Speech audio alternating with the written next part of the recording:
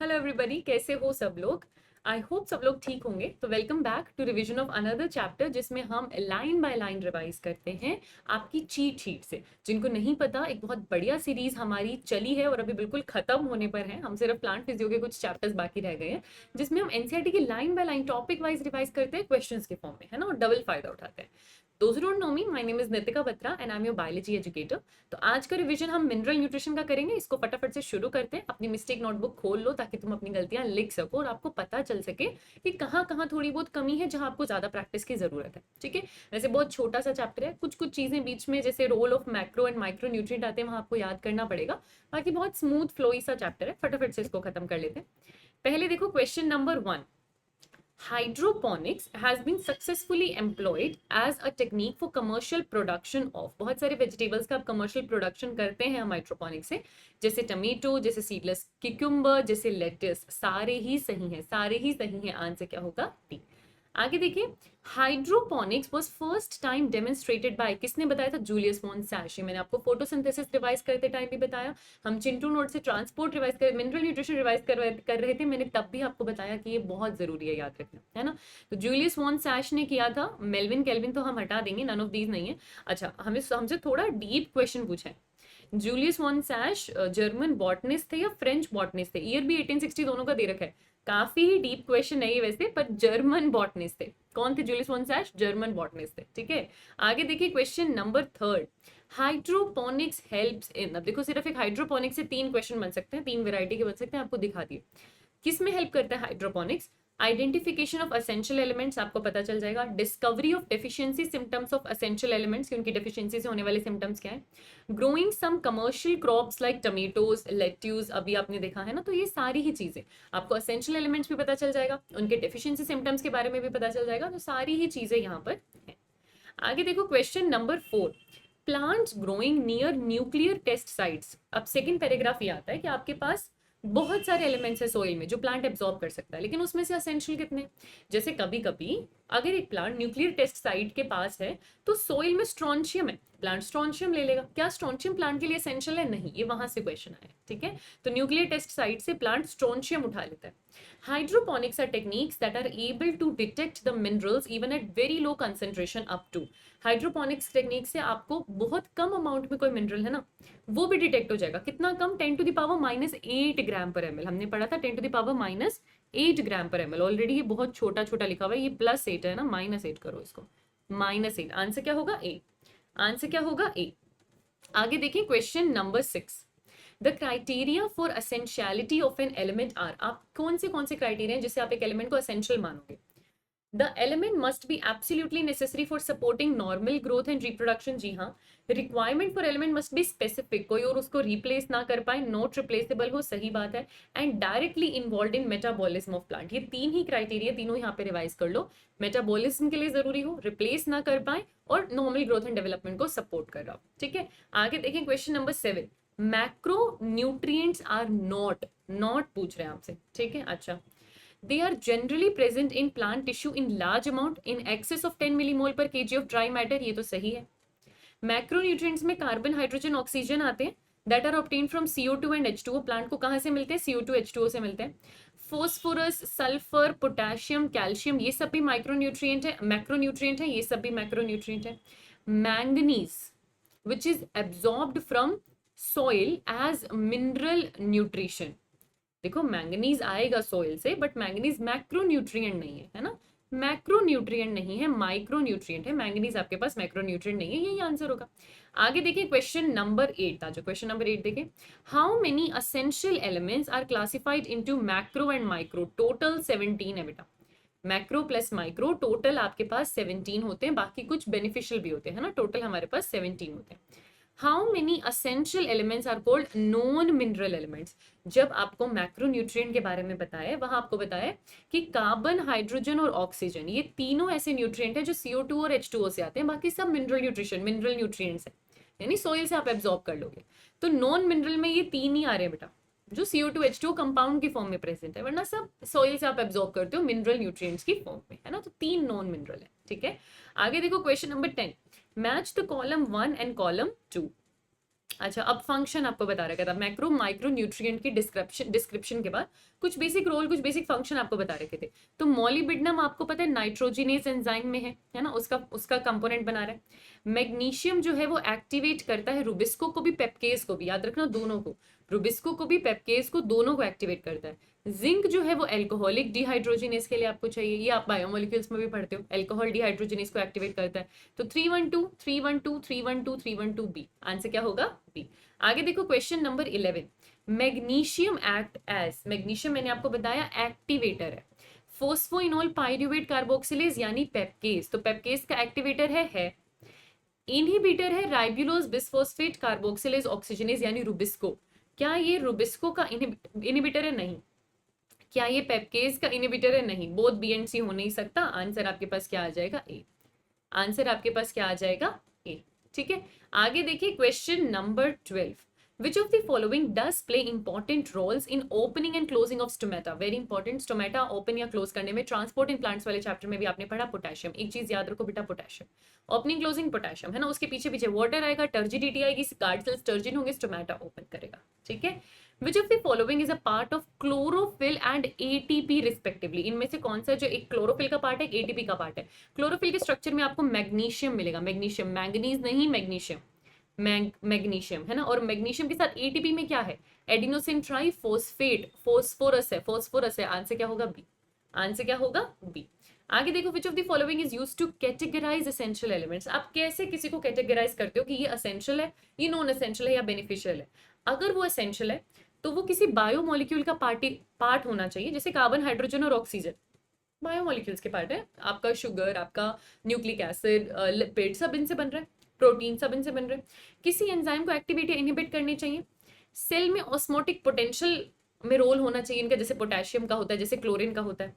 Energy yielding compound ATP, chlorophyll, उनके part होते हैं। तो ये 4 एग्जांपल आपको दे रखे थे और ये 4 चीजें आपको एक कैटेगराइज कर सकते हो आप इनसे एसेंशियल एलिमेंट। तो 2 चीजें बेटा, एसेंशियल एलिमेंट का एसेंशियलिटी देखने का क्राइटेरिया क्या है कि वो एसेंशियल है ना, और आप इनको कैटेगराइज किस किस में कर सकते हो, कितनी कैटेगरीज हैं? 4, कि जो एसेंशियल एलिमेंट्स हैं या तो कोई बायोमोलिक्यूल का कंपोनेंट होगा, या एनर्जी गिविंग कंपाउंड का कंपोनेंट होगा, या ऑस्मोटिक पोटेंशियल मेंटेन कर रहा होगा, या किसी एंजाइम को एक्टिवेट या इनहिबिट कर रहा होगा। 4 कैटेगरीज हैं और ये 3 क्राइटेरिया है। ये डिफरेंस याद रखना, ठीक है? आपके सामने दोनों एकदम सामने सामने आ गए और यहीं पर बच्चे कंफ्यूज भी होते हैं। ठीक है, तो यहाँ तो ये सारी ही चीजें कैटेगरीज हैं, तो ऑल ऑफ दीज आ जाएगा।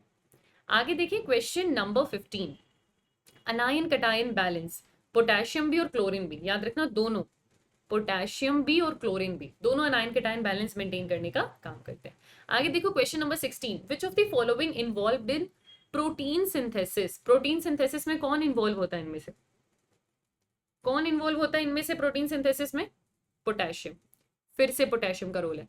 अनायन कटायन बैलेंस है, स्टोमेटा ओपनिंग क्लोजिंग है, एंड प्रोटीन सिंथेसिस के टाइम भी आपको पोटेशियम चाहिए। Choose incorrect, incorrect about function of calcium. अच्छा, कैल्शियम अक्यूमुलेट इन न्यूली फॉर्म लीफ, यही गलत है।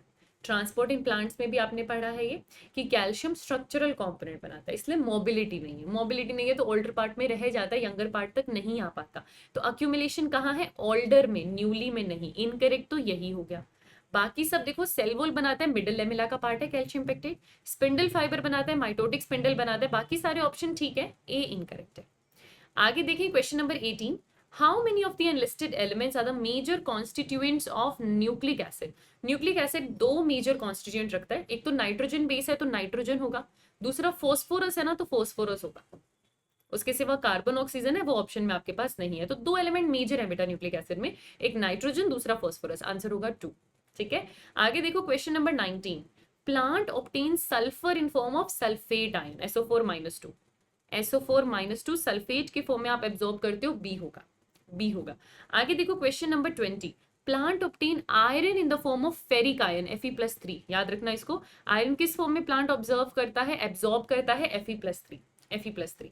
नेक्स्ट देखो, magnesium help in maintaining structure of, magnesium chlorophyll के स्ट्रक्चर में है, राइबोसोम के स्ट्रक्चर में है। 2 मेन इंपॉर्टेंट चीजों के स्ट्रक्चर को मेंटेन करता है मैग्नीशियम, एक राइबोसोम का, एक क्लोरोफिल का, याद रखना। राइबोसोम तो यहाँ पर आ ही गया, क्लोरोफिल के स्ट्रक्चर में भी मिलता है ना। 2 मेन स्ट्रक्चर्स ये बनाता है। अच्छा, in how many amino acid sulphur is present? ये भी बायोमोलिक्यूल में पढ़ के आए हो। 2 अमीनो एसिड है जिसमें सल्फर होते हैं, सिस्टीन और मिथ्योनिन। कौन से 2 हैं? सिस्टीन और मिथ्योनिन। सिस्टीन और मिथियोनिन लिख दूं यहाँ पे, एक सिस्टीन दूसरा मिथियोनिन। बढ़िया। क्वेश्चन नंबर 23 देखो, मेन कंस्टिट्यूएंट ऑफ बायोटिन। बेटा ये आपके जो वाइटामिन हो गए ना, बायोटिन, थाइमीन, कोएंजाइम्स, इन सब में आपको क्या मिलता है? सल्फर। तो बायोटिन के कंस्टिट्यूएंट क्या है? सल्फर। वही मेन कंस्टिट्यूएंट थाइमीन का भी है, तो दोनों ही करेक्ट है। आंसर डी होगा, आंसर डी होगा, ए एंड बी बोथ। ठीक है, आगे देखो, plant obtain calcium in form of calcium ion Ca+2। किस फॉर्म में? कैल्शियम आयंस की फॉर्म में Ca+2। ठीक है, आगे देखिए question number 25, which of the following is present in ferredoxin. बेटा फेरेडॉक्सिन आयरन सल्फर का प्रोटीन है, इसमें सल्फर भी है, इसमें आयरन भी है। आप रोल देखोगे ना, अपनी एनसीईआरटी रीड करोगे, सल्फर के नीचे भी फेरेडॉक्सिन लिखा हुआ है, आयरन के नीचे भी लिखा हुआ है, दोनों ही प्रेजेंट होते हैं। आंसर सी होगा, दोनों ही प्रेजेंट होते हैं। ठीक है, आगे देखो, कोएंजाइम ए, अभी मैंने आपको बताया थायमिन, कोएंजाइम, विटामिन, इन सब में सल्फर है, तो कोएंजाइम ए में भी आपको क्या मिलेगा? सल्फर मिलेगा। अब सल्फर पे 4 क्वेश्चन आ गए, देखो कितने कितने तरीके से बन सकते हैं। Which of the following does plant obtain as monovalent ion, यानी +1 या -1 मोनोवेलेंट होना चाहिए। मैंगनीज जो है प्लांट एब्जॉर्ब करता है Mn+2, zinc Zn+2, copper Cu+2, chlorine Cl-1। ये मोनोवेलेंट है बेटा, ये मोनोवेलेंट है, बाकी सब +2 है, बाकी सब +2 है। ठीक है, आगे देखो, बढ़िया क्वेश्चन था ये, आपको पता होना चाहिए कौन सा आयन, कौन सा मैक्रो या माइक्रो न्यूट्रिएंट किस आयनिक फॉर्म में एब्जॉर्ब हो रहा है, वो सबका याद रखना। ठीक है, which of the following does not take part in nitrogen metabolism. Nitrogenase enzyme होता है, नाइट्रेट रिडक्टेज होता है, बिल्कुल नाइट्रेट रिडक्टेज वहां पर है। ठीक है, मोलिब्डेनम इनके स्ट्रक्चर में प्रेजेंट है। ऑक्सीजनेज नहीं है बेटा नाइट्रेट का, नाइट्रेट रिडक्टेज है नाइट्रोजन मेटाबॉलिज्म में, लेकिन ऑक्सीडेज नहीं है, ऑक्सीडेज कुछ नहीं है। ठीक है, अच्छा आगे देखो question number 29, redox reaction is performed by. Redox reaction वो न्यूट्रिएंट या वो एलिमेंट करता है जो ईटीएस का पार्ट बनाता है। तो जब उसके अंदर एक इलेक्ट्रॉन आएगा और इलेक्ट्रॉन ट्रांसपोर्ट करेगा, तो वो चेंज करेगा अपनी वैलेंसी, है ना, वो रिडॉक्स रिएक्शन करेगा, ऑक्सीडाइज होगा, रिड्यूस होगा। पहले रिड्यूस होगा जब इलेक्ट्रॉन मिलेगा, और जब इलेक्ट्रॉन आगे दे देगा तो ऑक्सीडाइज हो जाएगा। तो ये कॉपर भी करता है, ये आयरन भी करता है। आयरन शिफ्ट करता है Fe+2 और Fe+3 के बीच में, कॉपर शिफ्ट करता है Cu+1 और Cu+2 के बीच में। इलेक्ट्रॉन लेता है तो Cu+1 हो जाता है, इलेक्ट्रॉन दे देता है तो Cu+2 हो जाता है। सेम चीज आपने आयरन पे देखी है। ठीक है, तो ये दोनों ही रिडॉक्स रिएक्शन शो करते हैं, आंसर होगा सी।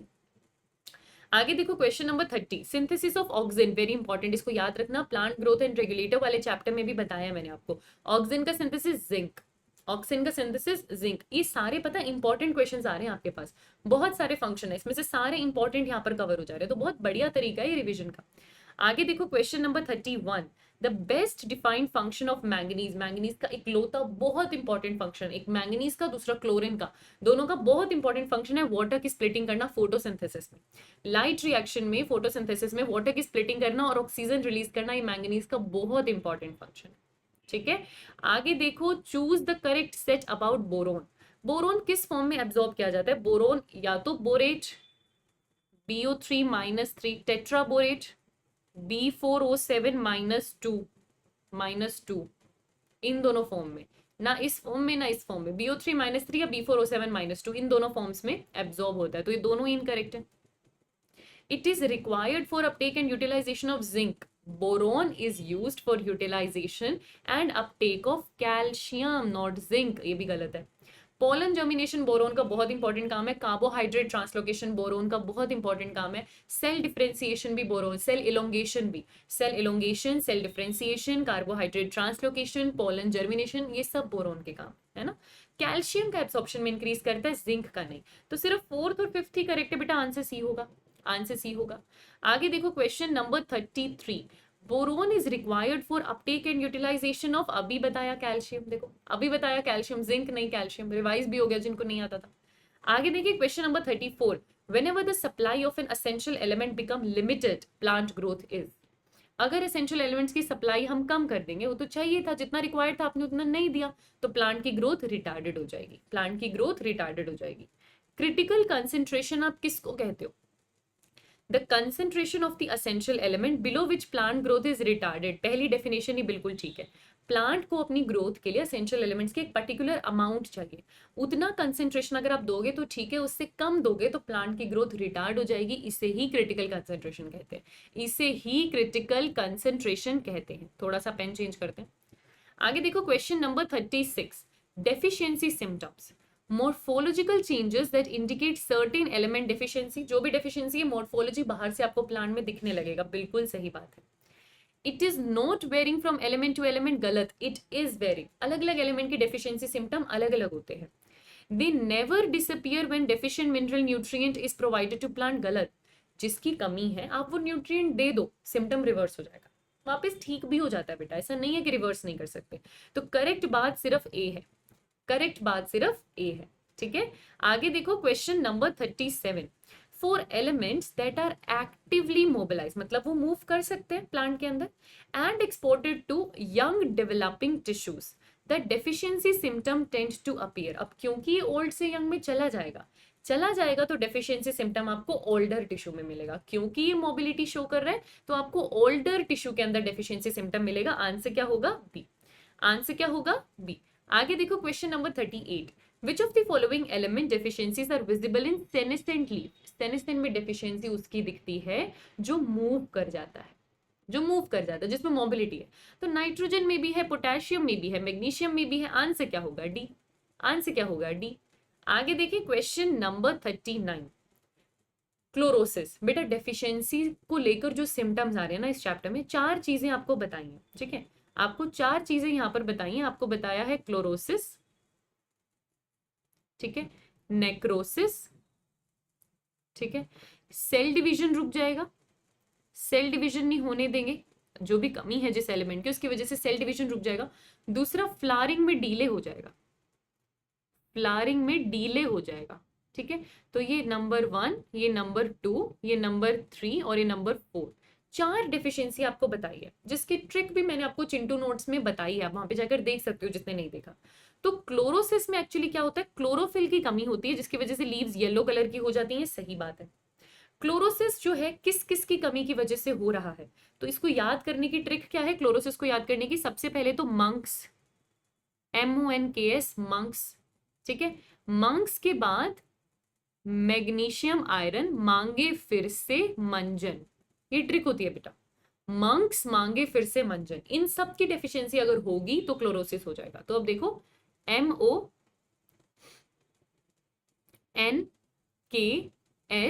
मांगे फिर से मंजन। उसके सिवाय कॉपर एक्स्ट्रा है, कॉपर की डेफिशिएंसी से क्लोरोसिस नहीं होता, कॉपर की डेफिशिएंसी से नेक्रोसिस होता है। अब अकेला सिर्फ एक कॉपर है, बाकी सब एकदम सही लिखे हुए हैं, तो क्या किया जाए इसमें? वैसे तो देखो कॉपर नहीं होना चाहिए था इस डेफिशिएंसी सिम्टम में, पर बाकी सारे इंक्लूड हो गए, बाकी सारे के सारे मेन इंक्लूड हो गए जो क्लोरोसिस करते हैं, तो आप गिन लो इसको, है ना। तो आंसर क्या होगा? सी। ऐसा नहीं है कि कॉपर रोक देगा ना, मान लो एक कॉपर आ भी गया, बाकी तो सारे आ गए ना जो क्लोरोसिस करते हैं, तो आंसर क्या होगा बेटा? सी। आंसर क्या होगा? सी, ठीक है। अच्छा आगे देखो क्वेश्चन नंबर 40, डेफिशिएंसी ऑफ। अब देखो जरा यहाँ पे डेफिशिएंसी किस किस की बताई है, कैल्शियम, मैग्नीशियम, कॉपर और पोटेशियम, ये चारों करते हैं नंबर 2 यानी कि नेक्रोसिस। इन चारों की वजह से होता है नंबर 2 यानी कि नेक्रोसिस। याद करने की टेक्निक क्या है? कैल्शियम मांगे क्योंकि नेक्रोसिस में सेल की डेथ हो जाती है, टिश्यू की डेथ हो जाती है। अब टिश्यू की डेथ हो जाती है तो कैल्शियम की जरूरत है, तो कैल्शियम मांगे क्योंकि नेक्रोसिस हो रहा है। अब ये ट्रिक है बेटा, जिसको न्यूमोनिक्स याद करना अच्छा लगता है, जिसको फायदा होता है, बहुत बढ़िया। नहीं याद हो रहा तो छोड़ दो, कुछ लिमिटेड चीजों पर याद कर सकते हो, जैसे यहाँ मुझे बहुत हेल्प करता था जब मैंने अपना एग्जाम दिया था, है ना। तो क्लोरोसिस के लिए क्या टेक्निक है? मंक्स मांगे फिर से मंजन। नेक्रोसिस के लिए क्या टेक्निक है? कैल्शियम मांगे क्योंकि, ठीक है। सेल डिवीजन की मैं आपको बता देती हूँ, सेल डिवीजन में मंक्स आते हैं, सिर्फ मंक्स आते हैं, MONKS, और फ्लावरिंग डीले में मंस आता है, के हटा दो। इतना सिंपल टेक्निक है इसका, इतना सिंपल टेक्निक है इन चारों का, ठीक है। आगे देखो जरा, अब जिसकी मदद हो जाए बहुत बढ़िया, नहीं तो छोड़ दो, इतना दिमाग लगाने की जरूरत नहीं है। आगे देखो, inhibition of cell division is not related to. अभी मैंने आपको बताया था सेल डिवीजन का इनिबिशन किस किस की वजह से हो रहा है? मंक्स की वजह से हो रहा है, मंक्स की वजह से हो रहा है ना। तो यहाँ पर MOKS आ रहा है, कॉपर इसमें नहीं आएगा, कॉपर से नेक्रोसिस होता है, सेल डिवीजन का इनिबिशन नहीं होता। अगले क्वेश्चन में आपको क्या दे रखे है? लिस्ट दे रखी है, इनमें से कितने नेक्रोसिस करेंगे? नेक्रोसिस कौन कौन करता है? कैल्शियम मांगे क्योंकि, तो कैल्शियम मांगे क्योंकि, चारों के चारों हैं, तो नेक्रोसिस के 4 हैं आपके पास। क्लोरोसिस में आपके पास क्या आता है, मंक्स मांगे फिर से मंजन, है ना। तो MONKS नहीं है, S नहीं है, मांगे फिर से मंजन, तो 7 है, 8 नहीं है आपके पास, 7 है, क्योंकि सल्फर नहीं है, सल्फर नहीं है। इनहिबिशन ऑफ सेल डिवीजन मंक्स की वजह से होता है, तो MONK और S, है ना, मंक्स की वजह से होता है। सल्फर फिर से नहीं है तो 3, तो 473 होना चाहिए बेटा, 473 होना चाहिए, ये ऑप्शन में ही नहीं है। इन गिवन में ना सल्फर नहीं है, सल्फर नहीं है तो ये भी 3 रह जाएगा, ये भी 7 रह जाएगा, नन ऑफ दीस हो जाएगा। 473 होना चाहिए था, वो एक भी ऑप्शन में नहीं है, तो डी हो जाएगा, डी हो जाएगा। ठीक है, अब देखो एक बार आपने ट्रिक याद कर ली, उसके बाद कुछ भी पूछे, कैसा भी क्वेश्चन पूछे, हम चुटकियों में आंसर कर लेंगे, एक बार आपको ट्रिक याद हो जाए तो, है ना। चलो टॉक्सिसिटी ऑफ माइक्रोन्यूट्रिएंट करते हैं। द रिक्वायरमेंट ऑफ माइक्रोन्यूट्रिएंट, ज्यादातर हमें माइक्रोन्यूट्रिएंट कम चाहिए, लो चाहिए, ज्यादातर आपको माइक्रोन्यूट्रिएंट लो चाहिए, हाई नहीं चाहिए, लो कंसेंट्रेशन में चाहिए। There moderate decrease cause the deficiency symptoms, जितना भी चाहिए उससे कम होगा तो डेफिशिएंसी सिम्टम हो जाएगा, उससे ज्यादा होगा तो टॉक्सिसिटी हो जाएगा, इंक्रीज होगा तो टॉक्सिसिटी हो जाएगा। आंसर क्या आएगा, बी। कम होगा तो डेफिशिएंसी सिम्टम, ज्यादा होगा तो टॉक्सिसिटी। आगे देखो question number 44, any mineral ion concentration is tissues, in होना चाहिए बेटा, any mineral ion concentration in tissues that reduce the dry weight of tissue by about how much percentage is considered toxic, कितना concentration mineral ion का जिससे ज्यादा अगर आपने दिया या जितना परसेंट वो प्रेजेंट है उसकी वजह से क्या हो रहा है, ड्राई वेट रिड्यूस हो रहा है, आप उसको टॉक्सिक मानोगे। टॉक्सिसिटी कब मानते हो बेटा, या आप एक एलिमेंट की टॉक्सिसिटी कब कंसीडर करते हो, जब उसके कंसेंट्रेशन की वजह से प्लांट का ड्राई वेट 10% कम हो जाए, प्लांट का वेट रिड्यूस हो रहा है, तो मतलब टॉक्सिसिटी है, मतलब वहां पर टॉक्सिसिटी है। आगे देखो question number 45, choose the correct statement.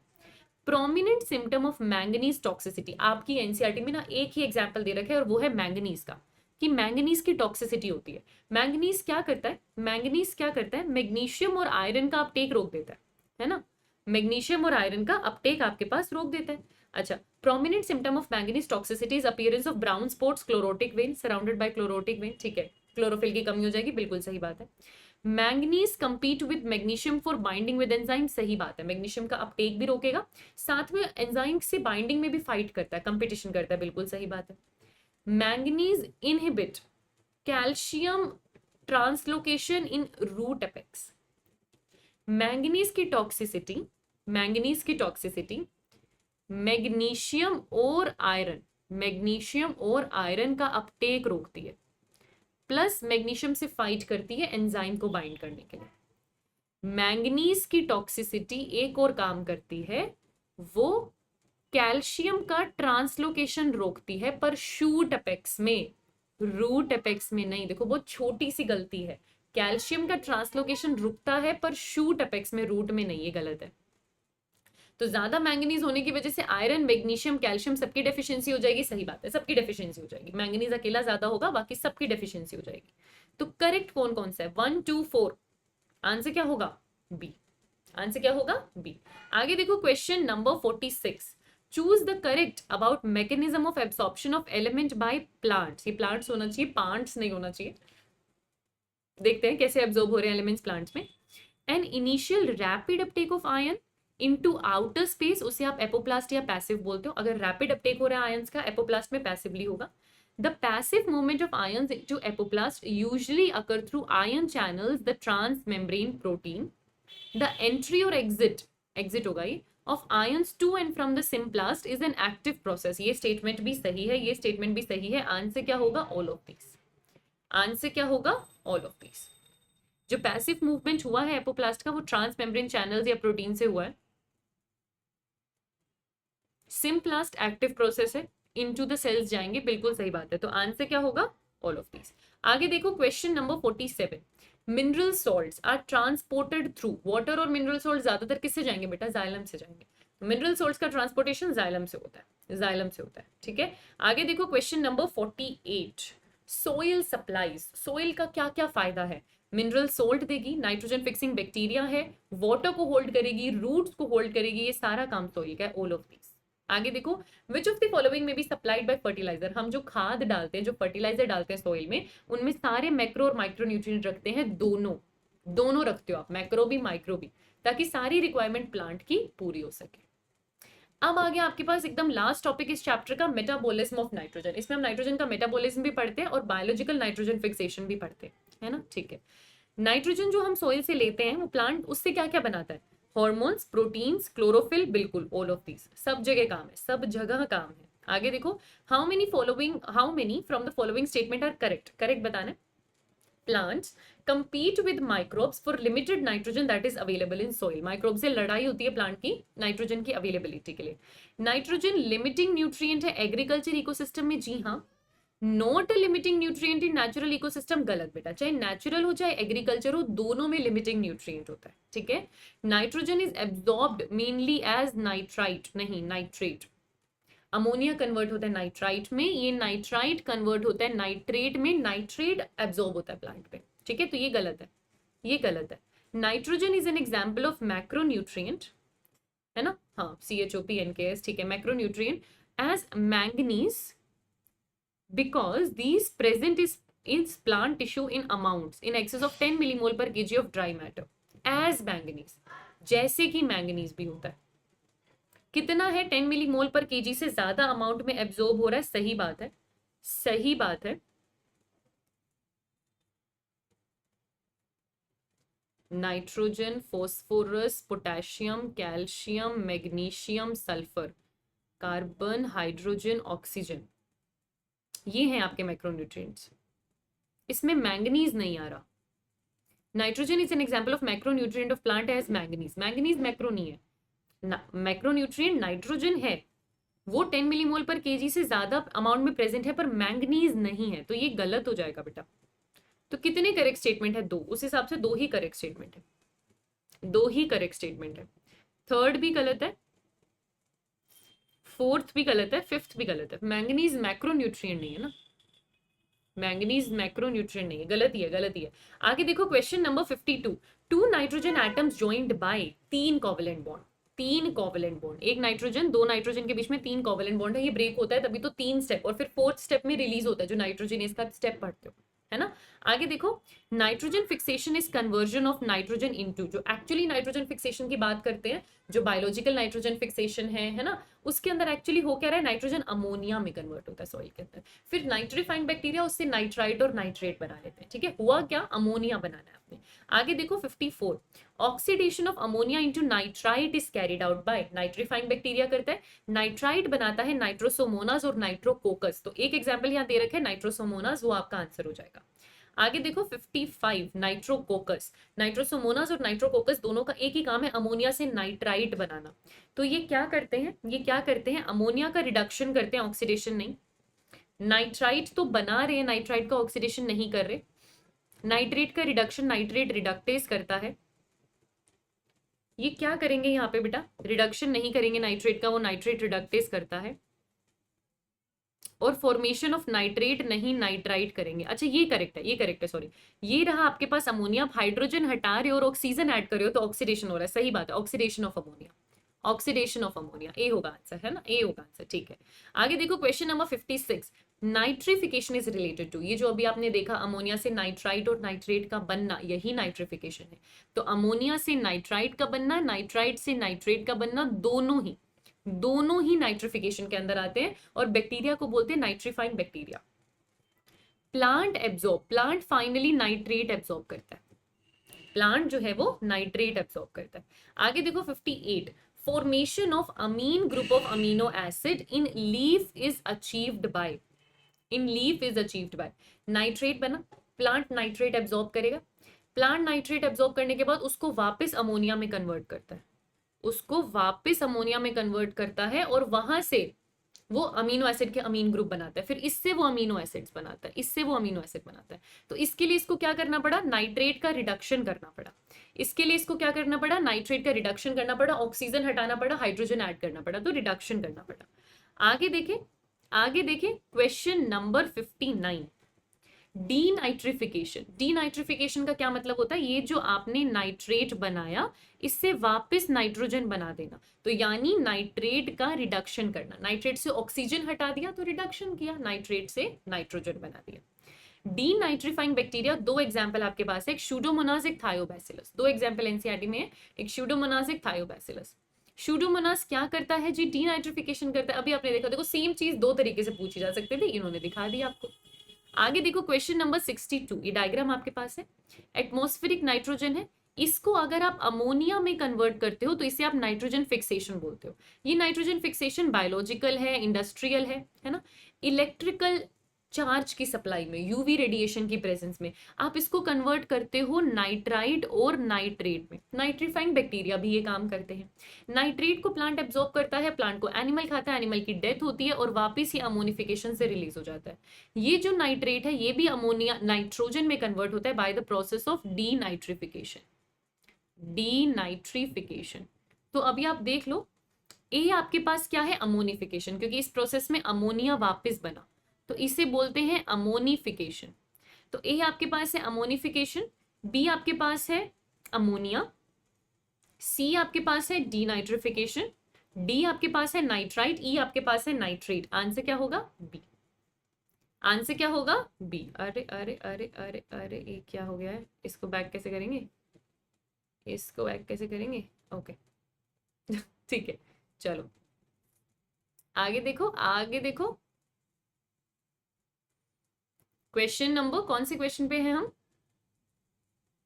कौन से क्वेश्चन पे हैं हम, क्वेश्चन नंबर 63। अब आ गए लास्ट, एकदम लास्ट, बायोलॉजिकल नाइट्रोजन फिक्सेशन पे।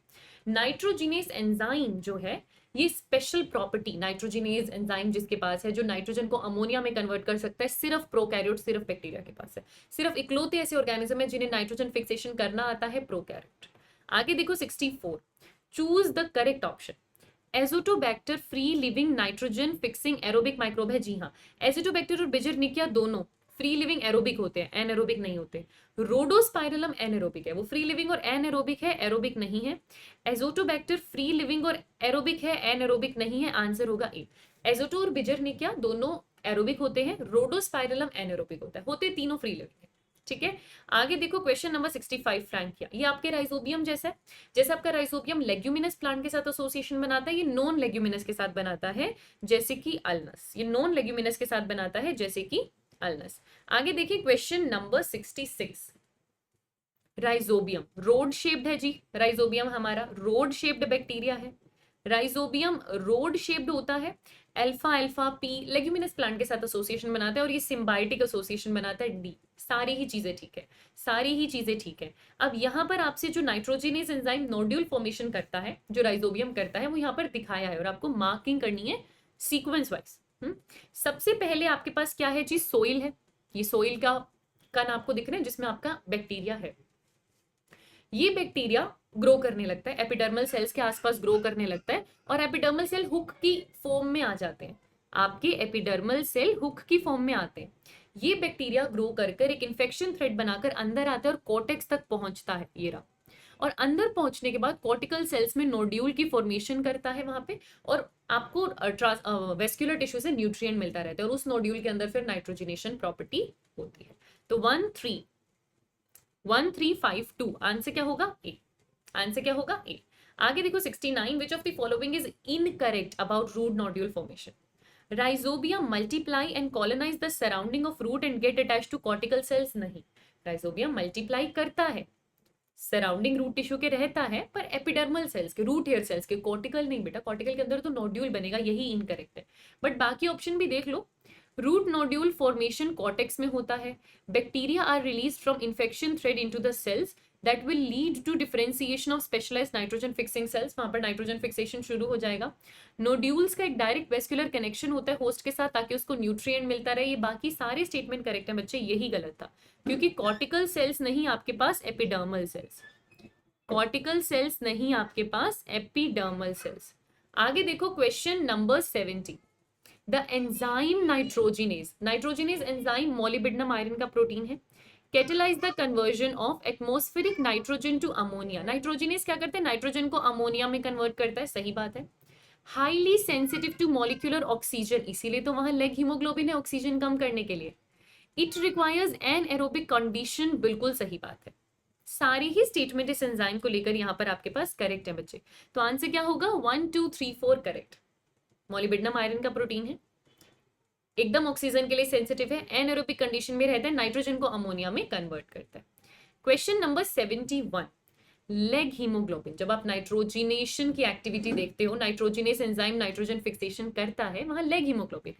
ये लेग्यूमिनस हीमोग्लोबिन है, ये ऑक्सीजन स्कैवेंजर की तरह काम करता है, ये रेड पिंक कलर देता है नोड्यूल में, पिंक कलर का पिगमेंट है बच्चे। ये ऑक्सीजन प्रोड्यूस कभी नहीं करेगा, इसका काम है वहां से सारा ऑक्सीजन हटाना ताकि नाइट्रोजिनेस एंजाइम काम कर सके। तो आंसर क्या होगा? बी। आंसर क्या होगा? बी। आगे देखो, production of one molecule of ammonia require, एक नाइट्रोजन के मॉलिक्यूल से 2 मॉलिक्यूल ऑफ अमोनिया बनते हैं।